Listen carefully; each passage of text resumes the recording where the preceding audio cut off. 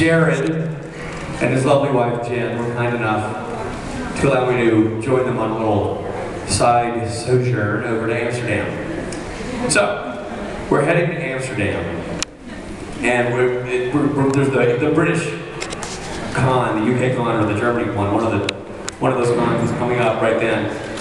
So we had some downtime, so we went to Amsterdam via boat, and then we were going to take a train into actual Amsterdam. So we landed in whatever town we landed in, and we're getting on a boat. Now, I mean, getting on the train. Now, I travel lightly.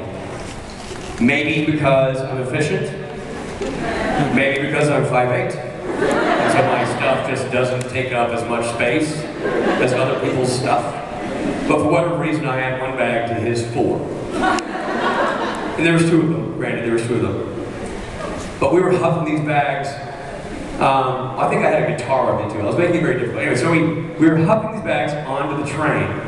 And we get everything onto the train, because those European trains, those doors open, and then those doors close. And if whatever hasn't happened in that moment that you're supposed to be getting on and off, tough darts, you missed your moment. So we all run onto this train. We're hoofing the bags. We sit down, and we're like, phew, wow, made it without any problems. And Jen kind of does a quick, where's the silver bag? And Jared's like, huh? And so he and I both get up and walk, like we're gonna grab, step off the train. We walk and the doors go right in front of us. And the bag's right there. And we're like,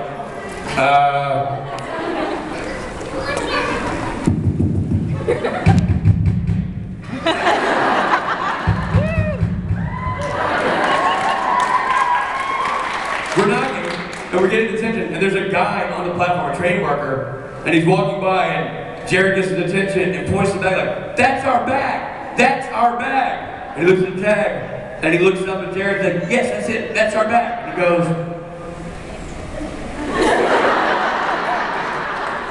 we're like, what does that mean? And then the train starts to move. Now the train starts to move, and the bag is, and he's like, her bag's leaving. Her bag, we're going, we're moving. What's going on? I don't know. We gotta get her bag. And so he goes, go that way, I'll go this way. So I run this way down the trains, he runs that way down the trains, which must have been very disconcerting for all the Europeans to see a 6'7" man flowing hair, running like a gazelle through a European train full of businessmen. And we go down there, and we come back. And the funny part of this moment wasn't just that we came back and we couldn't find anybody.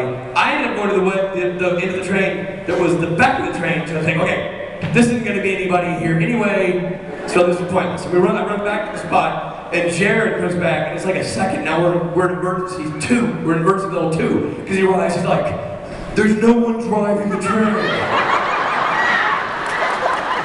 So now, we're missing a suitcase on an unmanned train. And a train that's operating itself by some creepy super robot. We can't find any help. And so, we run back over, and now he's just being asinine. He's trying to open the you do that, you get that open. What's plan B? Tumble out of the train, down the rocks, you go get the bag. He's trying that, he's whatever, and I see there's a stop button. So I go to push it, like, well, he's like, what? Like, well, I thought it was gonna be some ding ding alarm that alerted somebody, but it's just like in case of emergency break glass thing. And he goes, oh, pow! And he punches it, and he shatters the glass, cuts open his his fist. But more importantly, he brings the train to a screeching halt.